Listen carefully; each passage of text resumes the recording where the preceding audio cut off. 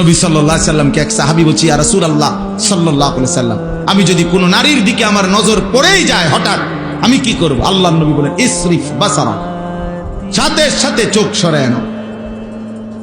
হযরত আলীকে নবীজি বলছে, ইয়া আলী লা তুতবিইন নাজরাতান নাজরা, হে আলী, প্রথমবার যদি কোনো নারীর প্রতি চোখ পড়ে যায় তাহলে ইচ্ছে করে কোনোভাবেই দ্বিতীয়বার আবার চোখ ফেলো না, বরং সরিয়ে ফেলো।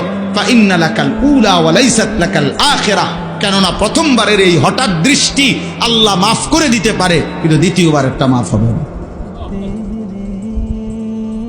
দ্বিতীয়বার একটা। এই জন্য বুড়া চাচা, আপনাকেও বল, বুড়া চাচার রাগ হইয়েন না। 50 বছর 60 বছর বয়স নাই, এখনো চা দোকানে বসে বসে টেলিভিশনে রাক্ষসের মতো বড় বড় চোখ করিয়া আক করিয়া করিয়া বেড়ি দেখেন, নাচ দেখেন। আর মানুষে জিঙেলে কর না কি খবর কদ্দুর শুনি, খবর মানুষের চোখ দিয়া শুনে। মানুষে কি চোখ দিয়া নি শুনে না কান দিয়া শুনে? তো আপনি তো ছাইয়া রয়েছেন, আপনি না বলে খবর শুনেন, তো খবর শুনলে আপনি দোকানের উল্টা বইয়েন, এদিকে ফিরা বসেন। শুনলেই তো হইলো, কানে না শুনে মানুষে। এমনি কয় আমি খবর শুনি, এমনি তাকায় রয়েছি।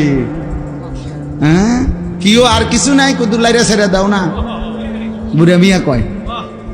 টেলিভিশনে আর টুপি দিত, লাইরা দিত, মানে এতে জঘন্য, এর চাইতে জঘন্য কিছু আসেনি। না এটার মধ্যে আল্লাহ আল্লাহ ছাড়লে কি বাইরে বেড়ার থেকে গন্ধই তো বাইরে। আল্লাহ আমাদেরকে হেফাজত করে।